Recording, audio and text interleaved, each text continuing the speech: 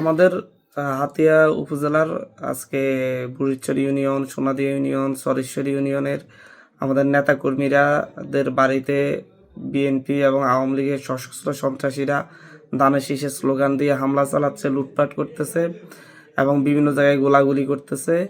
আমরা প্রশাসনের সহযোগিতা কামনা করতেছি। প্রশাসন যাচ্ছে কিন্তু প্রশাসন কাউকে অ্যারেস্ট করছে না।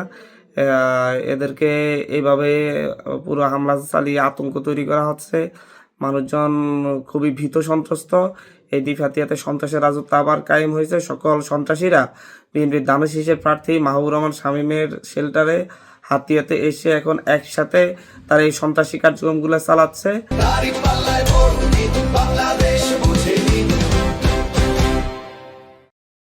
আমরা পুরো হাতিয়ার সকলের সহযোগিতা চাই, হাতিয়ার এবং সারা দেশের প্রশাসনের সহযোগিতা চাচ্ছি।